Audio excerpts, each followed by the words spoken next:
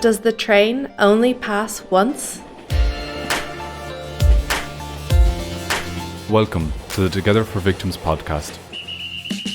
A journey through abundance, plunge and shadow, to new understandings, heights and depths, unexpected discoveries or recoveries. A journey by train around Europe through the complexities of coordinating and harmonising support services for victims of gender-based violence. This podcast is focused on the latest developments in the field of gender-based violence services in the European Union. This journey, shaped by Victim Support Europe, the leading European organisation advocating for the rights and services of all crime victims, explores how 11 partner organisations in the 2Gether4Victims project are working together with one goal: improving services for victims of gender-based and domestic violence. Along the way, we'll examine their current efforts and how these actions are paving the way for harmonised, gendered support services for victims across Europe. Our 2Gether4Victims podcast takes listeners on a rail journey through 7 countries: Belgium, Croatia, Cyprus, France, Lithuania, the Netherlands, and Portugal. And the journey doesn't end there. It will cross even more borders. If you work with victims of crime, have been a victim yourself, or know someone who has, please find your seat.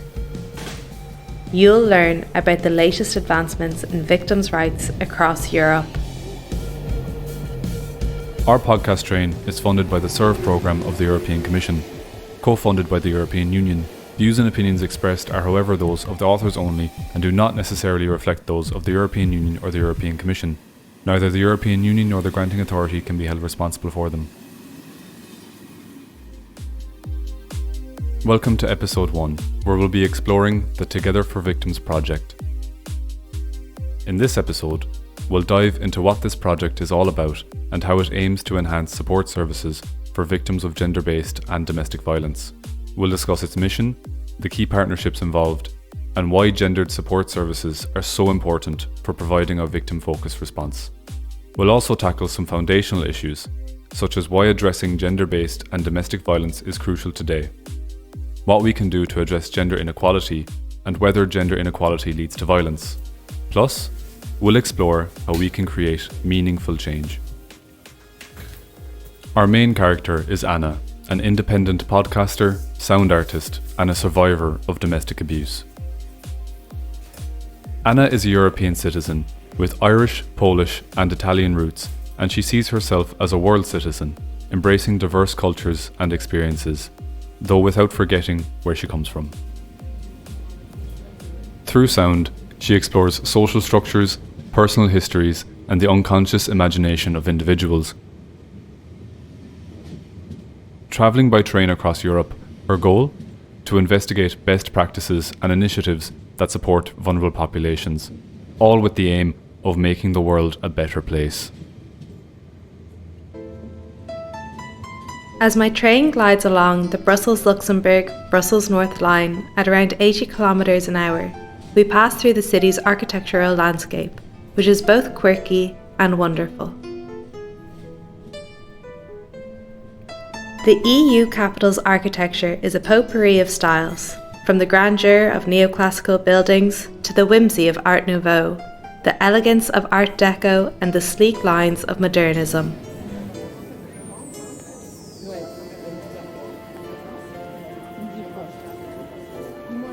My psychologist once suggested that I start a daily journal to support my self-exploration beyond our therapy sessions. After enduring the ups and downs of an abusive relationship that lasted several years, she thought it might help me stay grounded. And she was right. Recording my nocturnal visions and daily experiences in an audio diary helped me regain balance and find joy in life. 3, 2, 1, started.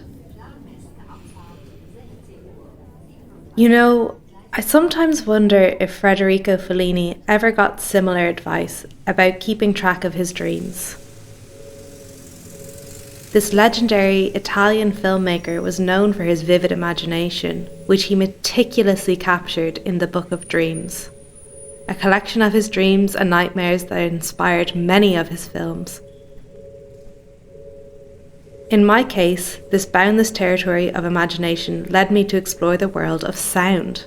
And that's how, about 10 years ago, I became an independent podcaster and sound artist.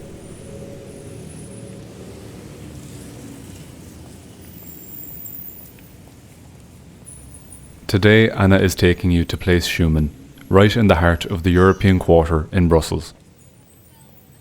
She'll be meeting for an interview with Aleksandra Ivankovic, a widely respected human rights lawyer and dedicated custodian of victims' rights. They will explore the 2Gether4Victims project. This initiative is all about making a real difference for at least 75 million victims of gender-based violence across the EU. That staggering number comes from a study by the Fundamental Rights Agency, specifically a survey on violence against women commissioned by the EU back in 2014. We'll see why this project matters, what it aims to achieve, and how it's planning to make a difference. Anna, I'm right here. Oh, Aleksandra, hi!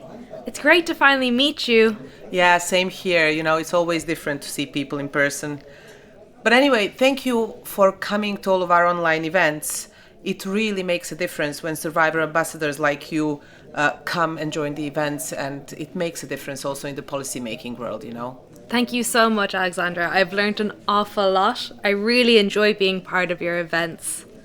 It's fantastic that Victim Support Europe always offers hybrid options, so we can join from anywhere in the world. Your conferences and training have really helped me get a better grasp of what's going on and what's happening in the victim support world. Oh, I'm so glad that you say that, because that's exactly why we do that. But anyway, why don't we just find a place to sit? I already ordered some coffees and some breakfast for us, so I'll just check if it's ready. Thank you. With gender-based violence cases on the rise, Aleksandra Ivankovic's work has never been more critical. As Deputy Director of Victim Support Europe, the leading Europe-wide umbrella organisation for victims of crime, she tackles a wide range of crimes, from domestic abuse to human trafficking. But what does it truly mean to lead an organisation that stands up for victims of crime?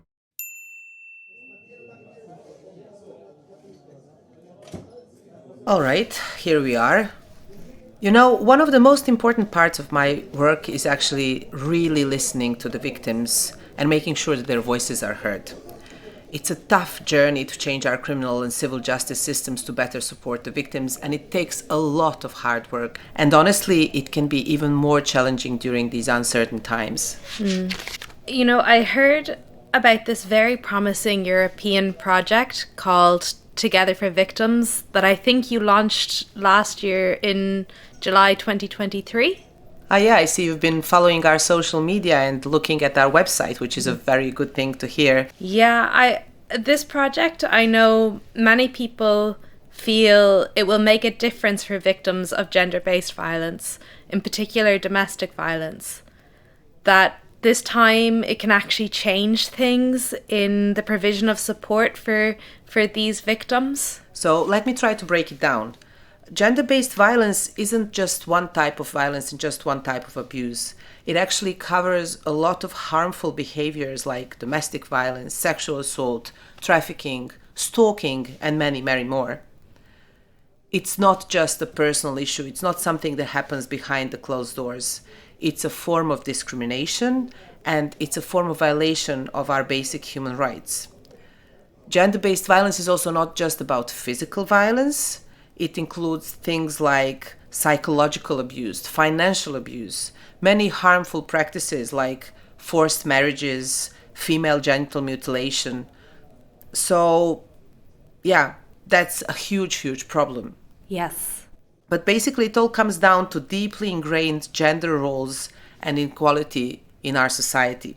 And the numbers are really eye-opening. So the data that we get, and we don't get a lot of that, but what we do get, we know that in the EU, about 1 in 3 women has experienced physical or sexual abuse since their age of 15. More than half women have faced sexual harassment, and a significant number have suffered from psychological and physical abuse. And where do these numbers come from? These staggering numbers come from a study that the EU Fundamental Rights Agency, or as we call it, FRA, conducted in a survey on violence against women that they conducted back in 2014. So the data is quite old, but we know that things haven't improved significantly. And it also tells us that this is a really serious issue that requires our close attention. Oh, wow. Those numbers are really staggering. What is the current situation now? Well, there have been some really important movements. So in 2011, the Council of Europe adopted what is known as the Istanbul Convention, which aims to set rules and grounds for how to fight gender-based violence across all of the European countries, like geographical European countries.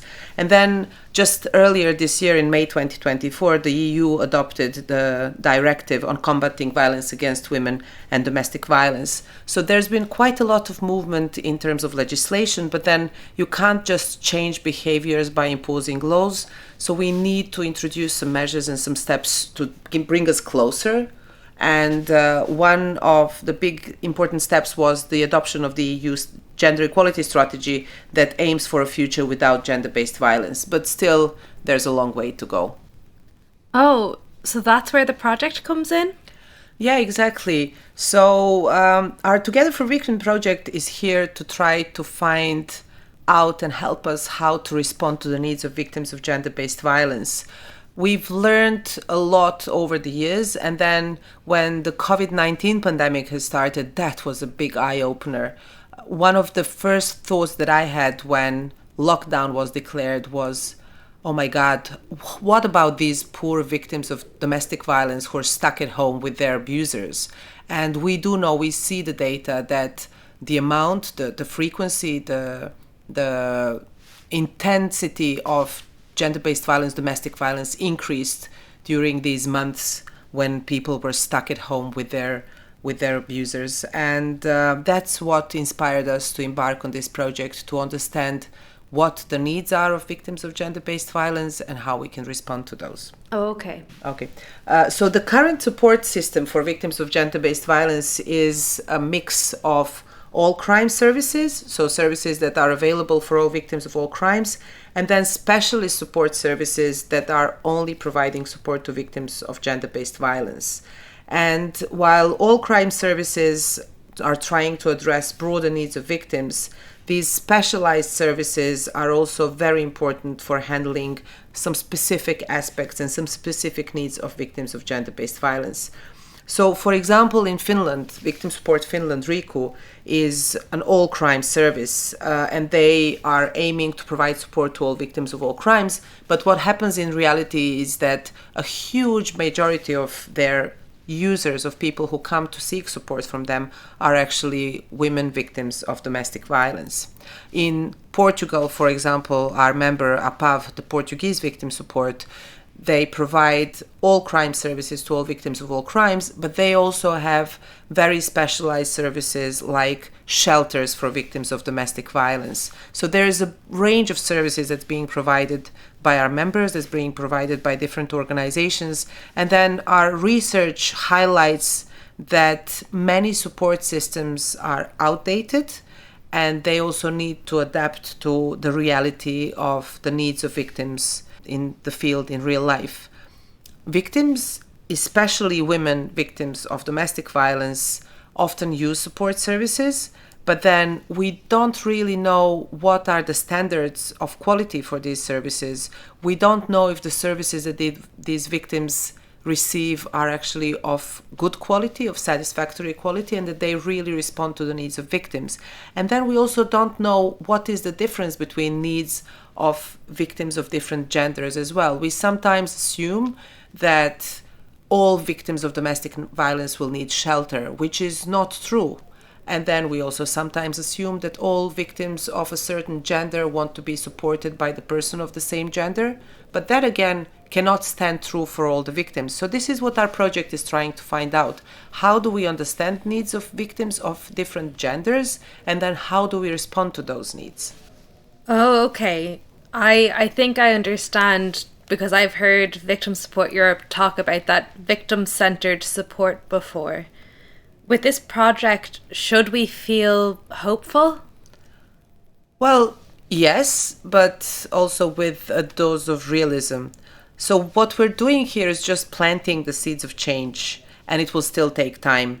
It will take coordination, it will take sustained effort to see the full impact. The 2Gether4Victims project is certainly a big step forward, but we also need an ongoing commitment of everyone to truly help victims of gender-based violence. The project sounds really promising if we do get the commitment to complete it. What can we do to address gender inequality? Does gender inequality lead to violence? How do we make this change?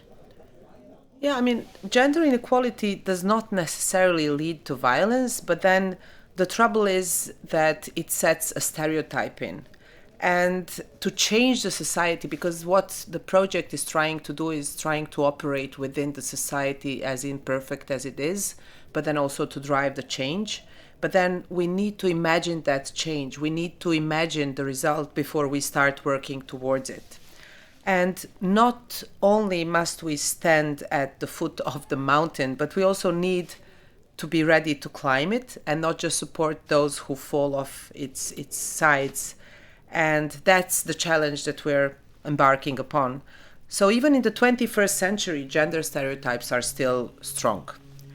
Differences in the treatment of men and women in the society are institutionalized. Women's femininity and men's masculinity are predefined, and then expectations are set at birth.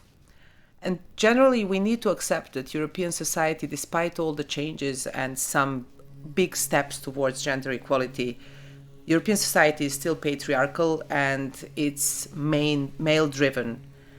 Men are given oversight of the society and of their female counterparts. Unfortunately, this has led, or this still leads, to machismo becoming prevalent across society, and that can expose women and those expressing feminine traits to gender bias, inequality, discrimination, and it also leads to male dominance, and in some instances, that can lead to violence as well. So, just as an example, a few years ago, I had two of my children, a boy and a girl, in the same school. And my daughter has already been in the school for 2 years when my son started. And on his very first day of his very first year in secondary school, he was a boy of 12 at the time, he was getting into the school like he used to before with his sister, who was, as I say, already there for 2 years. And he had a small earring in his ear. And he was told that he couldn't get in the school with that one small earring in his ear. And his sister had 5 earrings in both her ears, and she just went through the door. And that was really a surprise for me. And I was thinking, what do I do about this? It took me a while to actually convince my son to start talking to people at school about this, to question this difference in behavior. And so eventually I went to talk to the school principal, and I was told that the problem wasn't the school having different rules for boys and girls. The problem was my lack of understanding of Belgian culture. And I had to question it. I had to take a case to the Belgian Gender Equality Institute, and you wouldn't believe it, but they actually told me that it was okay. They didn't find any problem with this difference in treatment between boys and girls. And so at that point, I didn't want to create more fuss because both children were going to that school. And so I said, okay, fine, I'm choosing my battles. He's not going to wear his earring to school, and he hasn't been wearing his earring for 2 years. Every time he would have his earring, he would take it off before getting into school. And then fast forward 2 years later, he's starting his 3rd grade in this very same school. And he, in the meantime, hit puberty big time and decided to sport a hairstyle which included having a male bun, like this one kind of funny tail at the top of his head. And he went to school, first day of 3rd grade, and he's coming back from school and he's telling me, Mom, you need to sit down because I have a story to tell you. And I was really concerned because like he looked like something happened. So I was like, oh my God, what happened? And then he actually told me, well, when I entered school, or when I tried to enter the school today, they told me to untie my hair. And I was really surprised. And I was like, why? And then he told me that they told him, well, because boys are not allowed to wear tails in school. And it was really like, it was harmful, it was hurtful, it was frustrating. It was 2021 or something in Belgium. And there you go, you have a boy and a girl in school, and there's different rules and different expectations. And it was really something that I had to do something about again. So this time around, I went and filed a complaint to the Belgian Commission for Rights of the Child.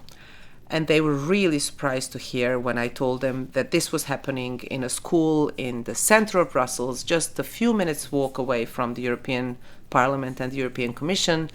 And they also told me that, the problem wasn't me, the problem wasn't my lack of understanding of Belgian culture. It was actually the problem with the culture at this specific school. And so they started working with the school, started working on changing the school culture. But at that point, our decision was to actually change schools. And I had to take both of my children from that school because I didn't want them to be exposed to gender inequality on a daily basis. How did the school react? Well, they were, I guess, relieved to see me going, because that was the first solution that was offered to me, was to say, well, madame, there's many other schools, so you're welcome to choose a school with better culture for you and your children. And as I say, eventually I did give up. I left the Children's Rights Commission deal with those issues. We changed schools where the culture and the environment was much healthier.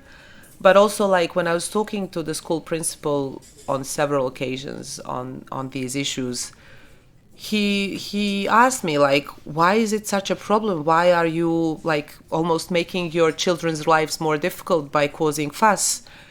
And then I told him, look, it really pains me as a feminist, as someone who's grown up trying to, and sometimes successfully and sometimes less successfully, overcoming obstacles that my gender put in front of me when I was born.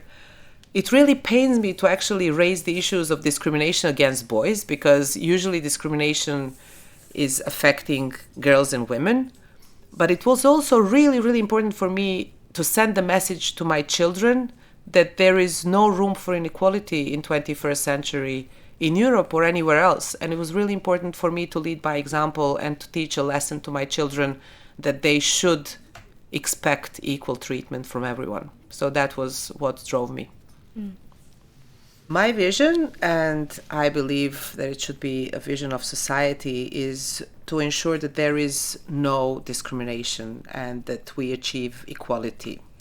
But then we need to ask questions, raise our concerns, approach institutions that can provide solutions.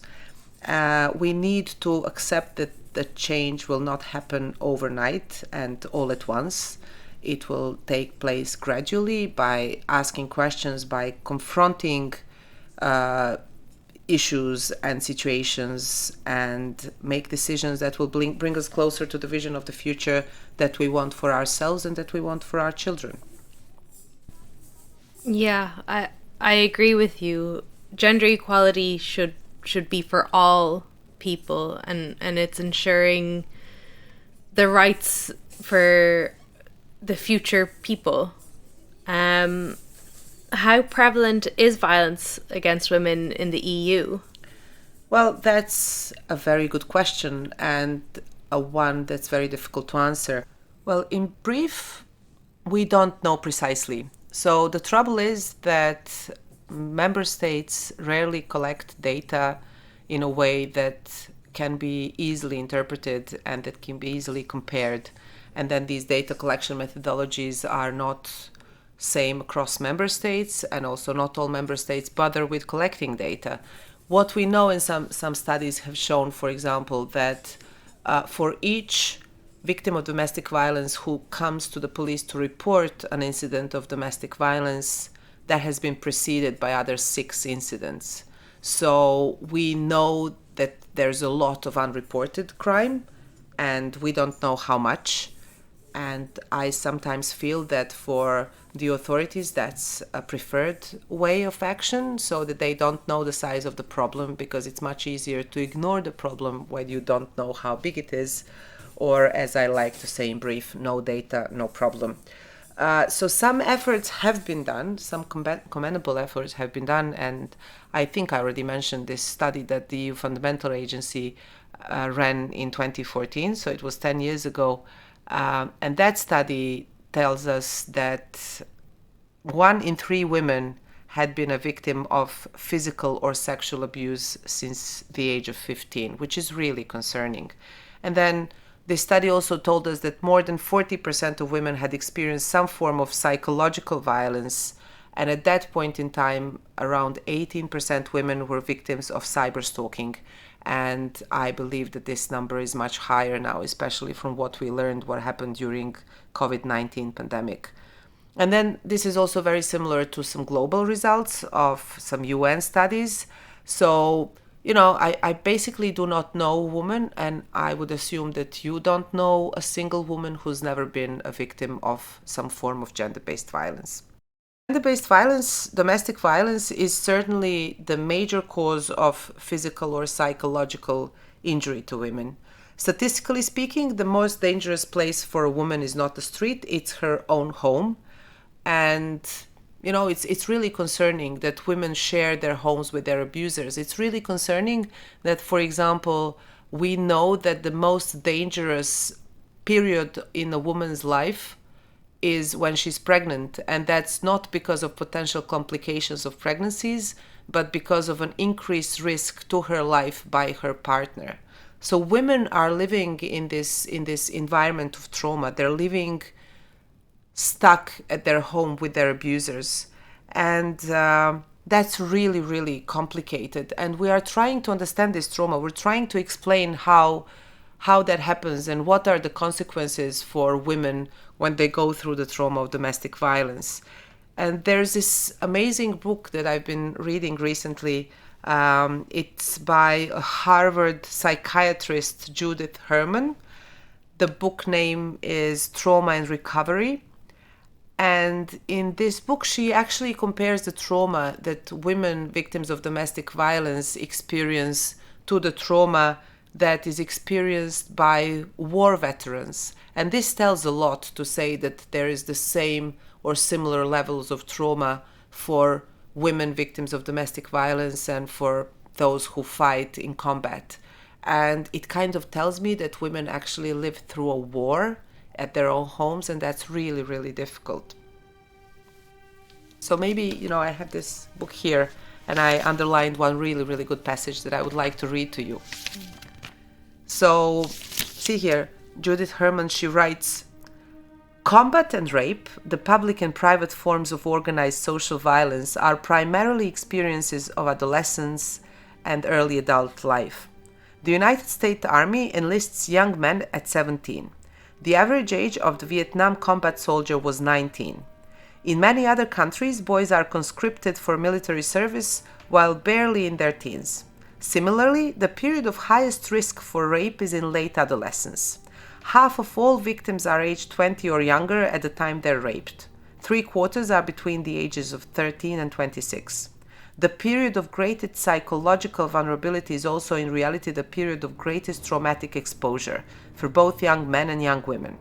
Rape and combat might thus be considered complementary social rites of initiation into the coercive violence at the foundation of adult society. They are the paradigmatic forms of trauma for women and men." That's really concerning. Thank you very much for sharing that quote. It really makes you think. Education, for me, is definitely a long-term solution. But what can we actually do right now to tackle this issue? It feels like there's so much urgency around it, and we need to find ways to help victims in the short term, as well as combating it long term. Well, we need to support the victims and we need to enforce the laws. a vast majority of crime in general, and then of gender-based violence in particular, is never reported, as I already told you. And then when a victim dares to report, they're not believed. And then if they're not believed, that's, a problem. But then even if they're believed, cases are still rarely prosecuted because of some procedural concerns, because, this happened behind the closed doors and it's your words against his. And then there's this lack of evidence, there's shortcomings of legal definitions. And then, you kind of have to overcome this problem of reporting, the problem of having it properly investigated, the problem of starting a prosecution. And then if a case is prosecuted, the conviction rates are really shamefully low. And then even when there is a conviction, sanctions are often inadequate, and on the occasion, it's really defeating to see these sanctions. Earlier this week, I was talking to a criminal judge, and she was telling me about a case in which she convicted the offender to the maximum sentence, and then the offender appealed to the second instance court, and then the court reduced his sentence because of the mitigating circumstance that he was a family man who had children. And she was absolutely devastated. She was really demoralized by the fact that the higher instance went to give a shamefully low sentence to an offender, a repeated offender of domestic violence, because he had family that he was violent against. So these are the sort of things that we have to face. These are the sort of things that discourage women from reporting, that discourage prosecutors from prosecuting, and then discourage judges from actually imposing harsh sentence. And then, even when victims go and conditionally succeed in their case, and then they go to seek compensation, then, these compensations are again very low. And then, to get compensation, you have to ask it from your offender, and then you have to face your offender again to seek payment. So, it's really complicated. It's really hard. We see cases where if there's a lack of evidence against the perpetrator, victims of rape are actually prosecuted for false reporting. And so they go and they get victimized again by the system this time around. We see that even in cases in which there is DNA evidence or video evidence for sexual violence or other forms of gender-based violence, it's just not enough, because there is a narrative around, well, she must have asked for it. Look at how she's, behaving. She was drinking. She was wearing a short skirt. And, the rapist is a married, honorable man, so he would have never done that. And then this is where you end up, really. So what does that mean for women in this situation? How do they come back from this continued victimization? Well, it's really, really complicated, because, in this reality, women are damned if they do, but then they're also damned if they don't report. And it's really not about, weakening of the rights of the defense. I'm a human rights lawyer. I believe in human rights of everyone. I believe that everyone should have a fair trial and procedural rights. But then we really need to make sure that the system is balanced. We need to make sure that the myths and biases are minimized or ideally removed from any environment, and especially from a courtroom.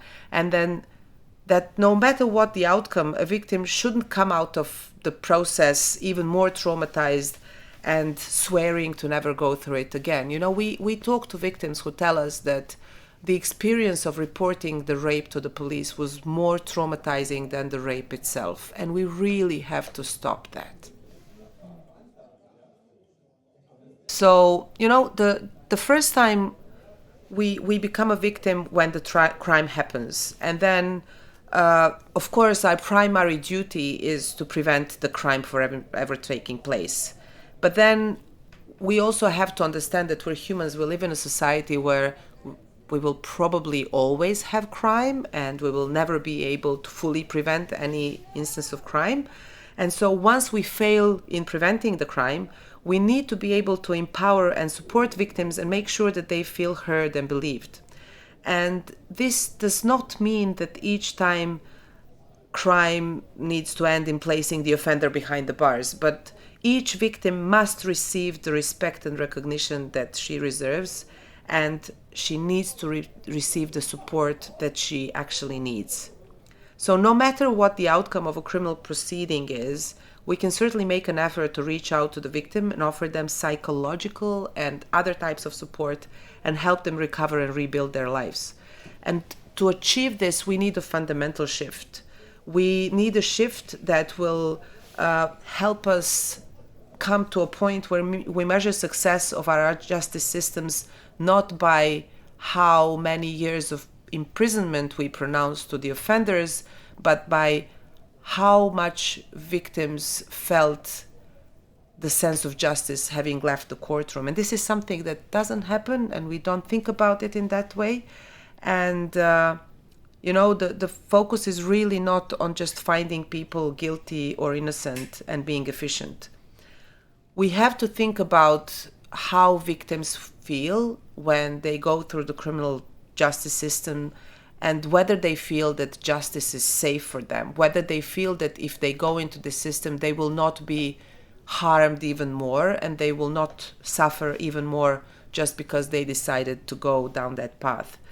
And we need to make sure that we're minimizing harm, that we are preventing secondary victimization, and that we give an equal importance to the fair trial rights of the offender, to having a system that provides safe justice to victims of crime. And we have to start measuring how we do that. So we need to avoid failing victims again and again. And, we need to understand already being a victim once is once too many, and it's already too much. So to achieve that, we see that we need to build victim support frameworks, a national framework in which support is provided to all victims by everyone that they come across on their path to recovery. And we need to also make sure that we can help countries develop these national victim support frameworks. And then these frameworks also need to be able to recognize and acknowledge each victim. They need to be able to define and determine what needs of these victims are, and then they need to be able to respond to the needs of these victims. And this is also why we do this project, because we do understand that there are differences between the needs of victims of different genders, but we still haven't pinned down how do we make sure that then services that these victims support are what we call gendered. And the entire point of the 2Gether4Victims project is to help us find the answer to this. So, many all crime services, victim support organizations that provide support to all victims of all crimes, they can help victims of gender-based violence. But there are also specialized organizations that provide support to victims of gender-based violence, and we need to make sure that all of them are able to reach out to the victims and to respond to their needs. And what I like to mention as an example, for victims to go to a specialized organization, an organization that may have in their name or in their description and somewhere very visible on their website saying that they provide support to victims of gender-based violence, of domestic violence, you need to understand that you are a victim of that. And that's the problem, that many victims of domestic violence, it takes a while to understand what is going on. It's like, this boiled frog syndrome. Like, these things rarely start from, like a partner beating you up to pulp. They start from like small instances of aggression, of violence, of control. We talk a lot about coercive control, which is non-violent way of being, of not non-physically violent way of actually perpetrating domestic violence. So it really takes, for many victims, it takes a while to understand that they're the victims, and then it takes potentially even longer for them to accept that they need to do something about it, because there's a lot of investment in trying to repair the relationship, especially when they have children, etc. And so what we see in practice is that it takes a while for women to go to specialized organizations because it needs a lot of recognition and work and many issues before. But then they're probably more likely to go to an all-crime service earlier because of some different things, maybe not some things that are related to their domestic situation. So an example that I often mention is if you, for example, are an all-crime service and you get a call from a woman who is calling about online fraud to say that, you know, she noticed that 500 euros were missing from her bank account and to ask for support on how to reclaim this money. And then you talk to her, and through talking to her, you understand that her primary problem is not so much about having lost 500 euros, but about how am I going to go back home and tell my husband about having been defrauded by 500 euros. And then you start revealing that there's a situation of violence at home that she's not ready to deal with at the moment. So at the moment, she just wants to make sure that her husband doesn't know that she's lost money to a fraud. So this is a victim that will call an all-crime service. This is not a victim that will call a specialized organization. This is not a victim who's ready to deal with her domestic situation yet. And so it's really, really important to have a variety of services that are able to capture all these victims, and also a variety of services that work together to respond to the full needs of the victim, because we can't do it in isolation. We have to work with each other. So there are successes, there are still some challenges, and the only thing I can say is that the struggle for victims' rights will probably never end, because obviously we will always have crime. So we will keep doing what we can to support victims, understanding this reality.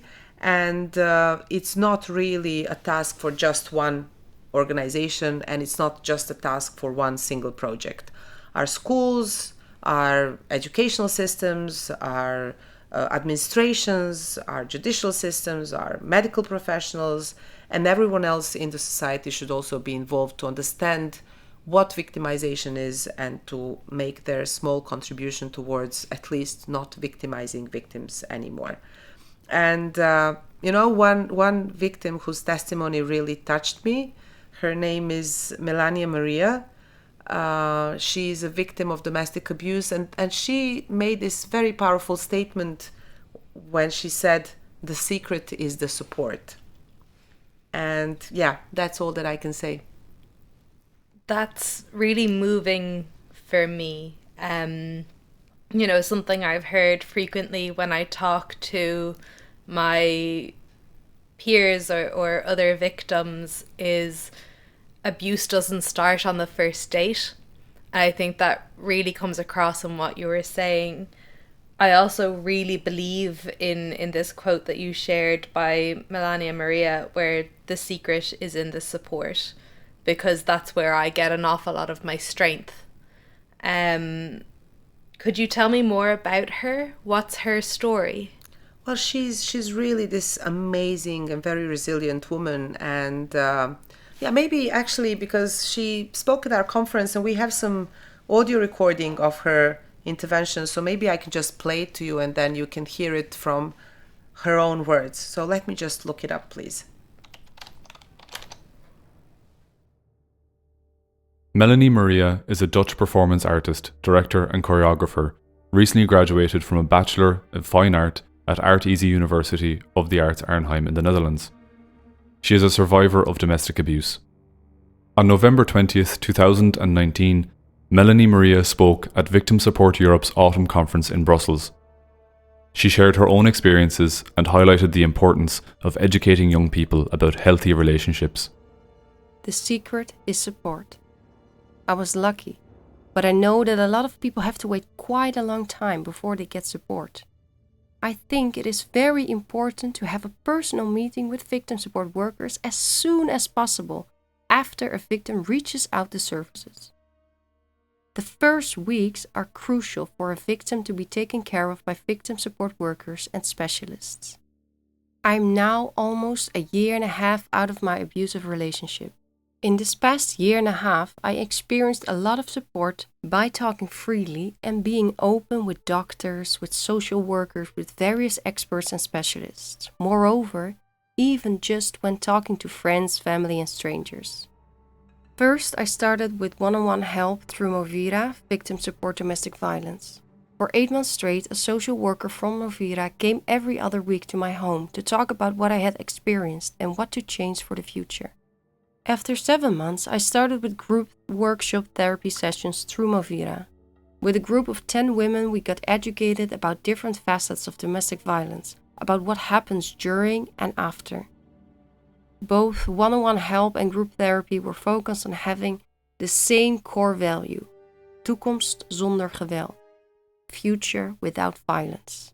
When it comes to who or what was most helpful to me after experiencing domestic violence, I would say that the one-on-one support made the biggest difference. It started right after the breakup with the abuser, and the support worker, the woman of Movira, was always very patient to listen, react, and also teach me about domestic violence, for instance, the circle of violence. Detailed, unhurried conversation about what had happened to me helped me to figure out that it was real and awful. I believe I asked her almost every session if it was right for me to get victim support, if I was a victim of domestic violence, and that it wasn't me who was the narcissist in the relationship. That's a really powerful testimony. I was reading somewhere that recently some countries have argued they can't implement the laws, such as the Victims' Rights Directive, because of their current economic issues. Is that the case? Yeah, well, that's the usual excuse that countries make in order to not comply. According to the EU's Commissioner for Equality, gender-based violence against women costs the EU approximately 226 billion euros a year. And evidence shows that if you get this right, if you put support systems in place, then basically it's much cheaper and you save money by supporting victims because you avoid long-term consequences, not just for the victim, but also for the society and for the entire criminal justice system. So, the way we see it, the way we argue, is that victim support is not a cost, but an investment. We've run some research, and some preliminary evidence indicates that for every single euro that's spent on supporting victims, at least 5 euros are saved elsewhere. And of course, you have to invest, you have to increase grants for support services, you have to make sure that victims' shelters are able to operate, you have to be able to provide sufficient psychological and legal support. You need also to invest in police training, you need to invest in increasing awareness of judges and prosecutors, you need to develop tools, you need to build up services. So it's not just something that happens overnight. But then as a result, you will have lower healthcare costs. You will have employers who will benefit from fewer absences of their employees from work.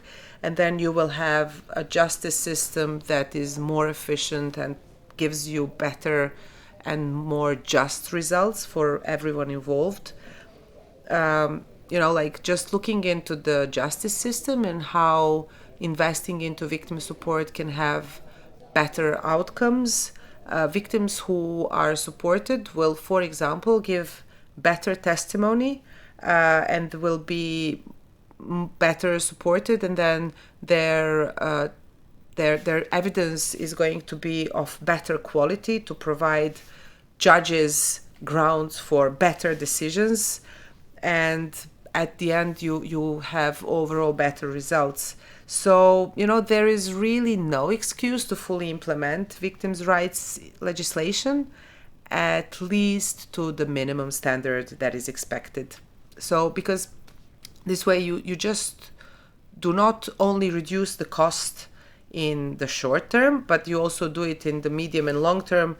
And then there's multiple ways in which states can find funding to implement rights and services to reduce the impact on their budgets. So, for example, we looked into how can you find funding for victim support services, And that's also an excuse that governments often use to say, well, we can't afford that in the present budget.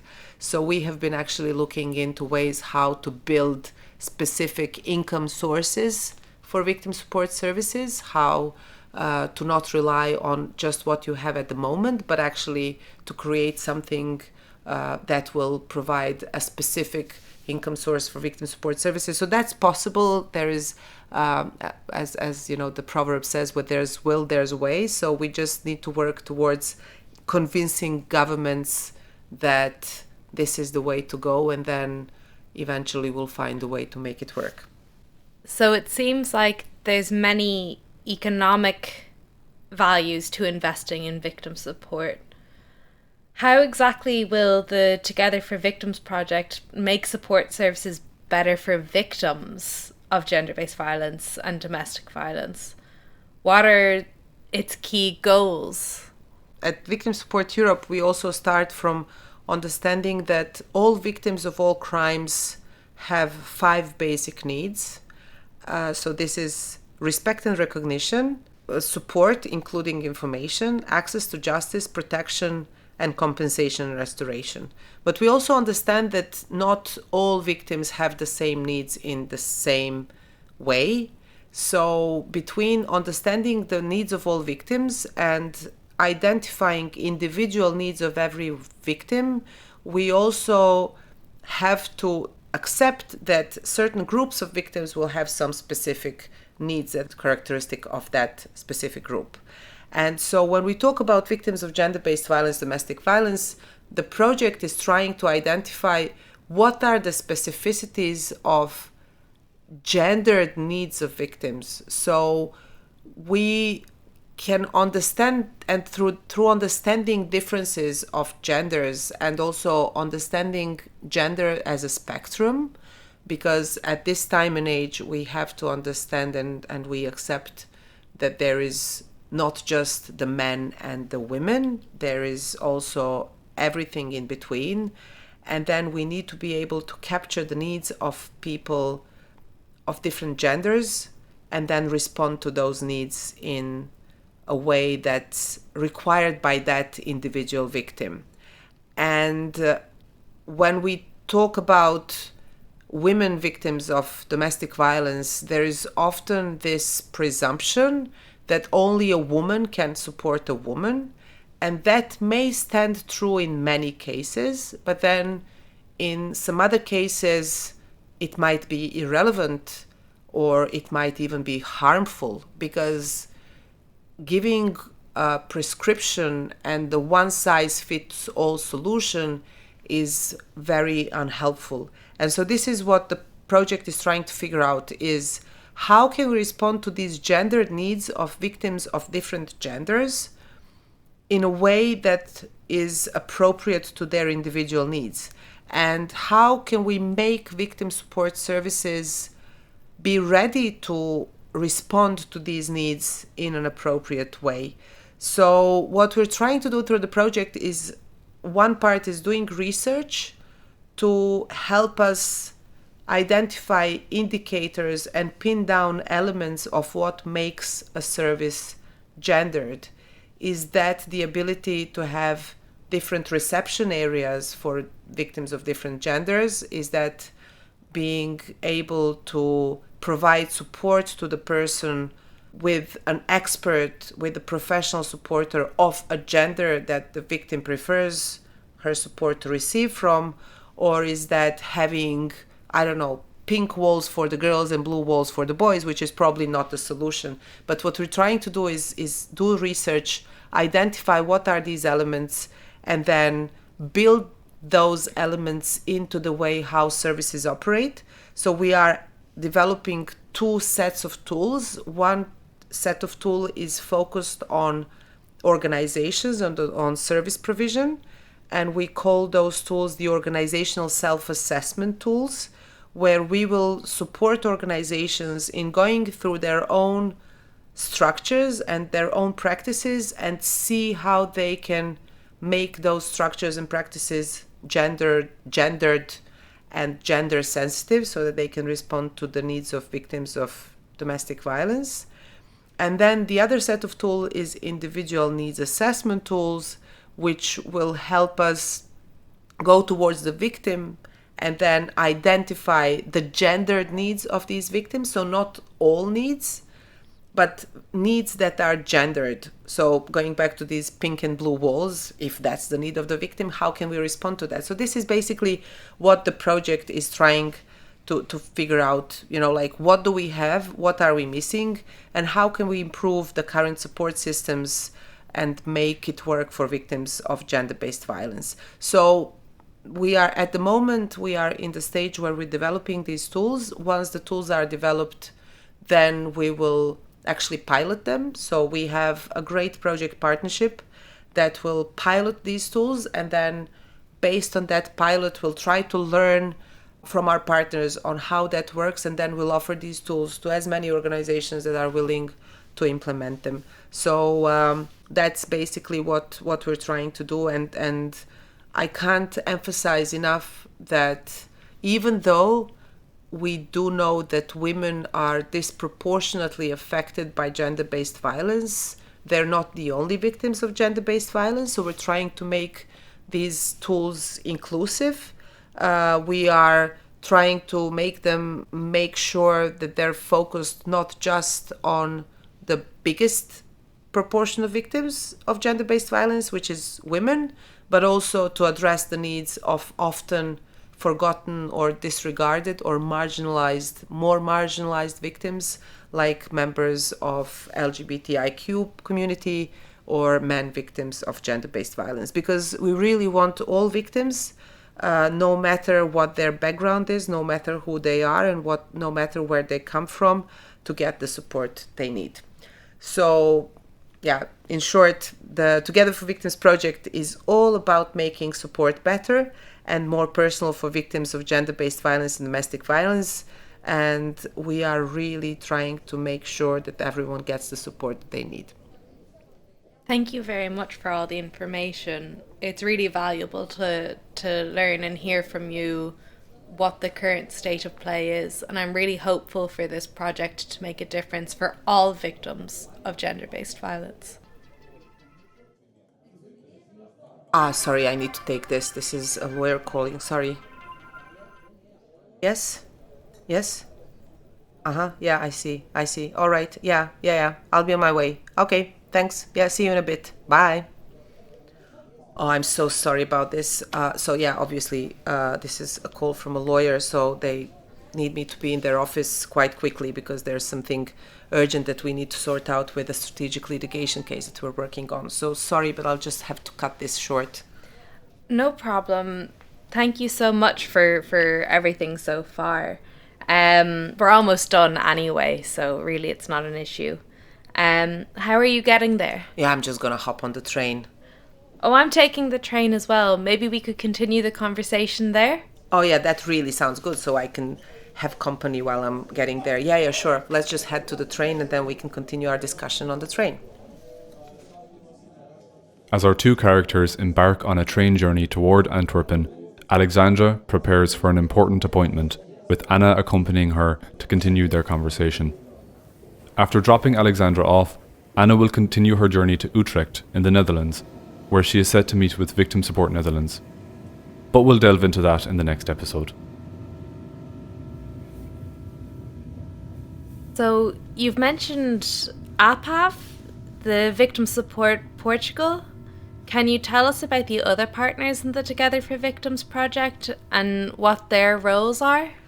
Yeah, so we really try to strike a balanced partnership between organizations that work with all victims of all crimes and then organizations that really focus on working with victims of gender-based violence. So we have 11 partners in the project. Obviously, Victim Support Europe is coordinating the project, and we're based in Belgium. In Portugal, we have APAV, as you rightly mentioned. That's full member of Victim Support Europe and the Portuguese National Victim Support organization that provides support to all victims of all crimes. And then, as I said before, they also have shelters and provide specialized support to victims of domestic violence. But then we also have a feminist organization, Feministas em Movimento, FEM, who focus only on working with victims of gender-based violence. We have similar partnership composition also in Croatia, where we have an all-crime service, the Victim and Witness Support Service Croatia, but we also have Women's Room, Ženska soba, who are the Croatian national reference organization for victims of sexual violence. We have similar partnership also in Lithuania, where we have this all-crime and a feminist organization. So we have Viljas as an all-crime organization, and then we also have Klaipėda, which is a specialized organization working with victims of gender-based violence. And then we also have, in France, we have an all-crime service only, on Davy 58, France Victim. We have in Cyprus a feminist organization only, Spavo, who provide support to victims of domestic violence. And then we also have partners that support the effort with their skills in research. So in the Netherlands, we have Victim Support Netherlands, that is the national victim support organization that also works with all victims of all crimes, but also have a good background in research and a very strong research component. And then last but not least, we have Mykolas Romeris University from Lithuania and their researchers who specialize in domestic violence, who are actually providing us with significant leadership on research. So that's partnership in a nutshell. Okay. That's a really wide range of partners. It's really important when looking at this topic that we lean on solid evidence when we're trying to come up with new solutions and approaches, by getting the real scoop on what actually works and what doesn't.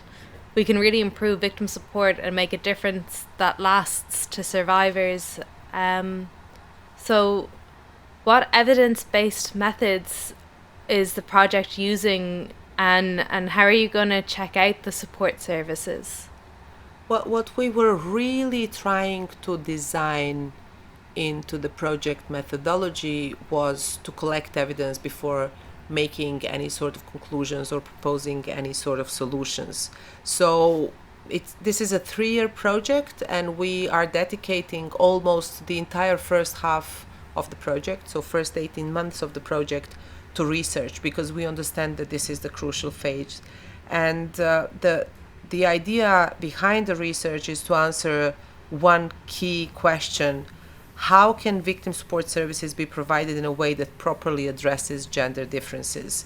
So, as I said before, we asked experts from Mykolas Romeris University in Lithuania, and in particular Dr. Ramūnė Jakštienė from this university, who is an expert in domestic violence, to lead this effort, to really help us define the right types of questions and aim to find the answers to these questions that will help us, guide us towards solutions of the development of the tools that I already mentioned, the organizational self-assessment and the individual needs assessment. We asked Ramūnė to develop a research methodology, which she did quite competently, and then based on the research methodology and the questions that she helped us formulate, we asked our national partners to conduct national research through obviously desk research, but also through looking into best practices, talking to experts, talking to victims, trying to understand what their needs are in that gendered cluster of needs, so that we could be able to develop better services for victims. We had a lot of activity in research. We also asked partners to validate their findings and to present their research to a broad network of stakeholders. And then, in addition to that, at Victim Support Europe, we conducted this international research, trying to find international good practices, trying to find comparative practices outside of project countries so that we could inform our next steps as good as possible. And through that research, the goal was to provide clear, evidence-based answers to some questions like, what roles do different types of organizations play in supporting victims of gender-based violence? So how do all crime services support victims, and how do specialist services support victims? And then also, like, how can we design these services so that they can provide support to victims in the best way possible? And this research will explore the needs of victims and how they might differ based on different types of violence that they experience in their environment. And also, what are the differences of different genders, and what are the different, if there is any differences in needs between different genders, and then if there is, what those differences are, and how do we address these differences in our daily work. We really try to make a best effort to make informed decisions so that we can be assured as much as possible that our solutions will be responding to the needs of victims. So just one final question before you have to leave. From what you've told me, the Together for Victims project aims to explore what it means to have gendered support services for victims of domestic violence and what makes a service and its approach gendered. Have your researchers provided any preliminary answers on the topic? Yes, indeed, this is what we are just looking into as we speak. So the colleagues are looking into the preliminary findings, and what we are understanding is that to be able to respond to the needs of victims of domestic violence, we need to develop services that are gender sensitive and victim-centric, which in brief means that we just need to look into every individual victim, understand what their personal situation is and how to best respond to their personal environment and their personal needs. So this is what we're hoping to achieve through the tools that we'll be developing in the project. Brilliant. Thank you so much. We're almost there. Sorry, but I better run. So thanks a lot for the conversation. It was really great talking to you, Anna. Yeah, it was wonderful to meet you. Thank you so much for everything, Aleksandra. Have a good meeting. Thank you, and have a good luck with your journey. Bye. Bye.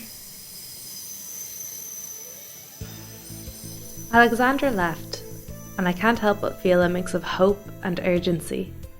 This Together for Victims project is so much more than just a programme. It's a real shot at making a difference for those who have been through the ringer of gender-based violence. As we talked about the complexities of gender inequality, it hit me just how deeply rooted these issues are in our everyday lives. Aleksandra's story about her son getting denied entry to school for wearing an earring really struck a chord. It shows how societal norms and expectations can create obstacles not just for women, but for everyone. It's a clear reminder that the fight for equality is ongoing and complicated. This conversation has really driven home my belief that we need to keep pushing for change, not just in policies, but in how society views and treats survivors. I'm so inspired by Aleksandra's determination. She speaks so clearly about the need to rethink how we approach justice for victims. It's not just about punishing offenders. We also need to prioritise the well-being of those who've been hurt. I find myself wondering how I can help and bring about this change. What can I do to amplify these conversations and support the victims?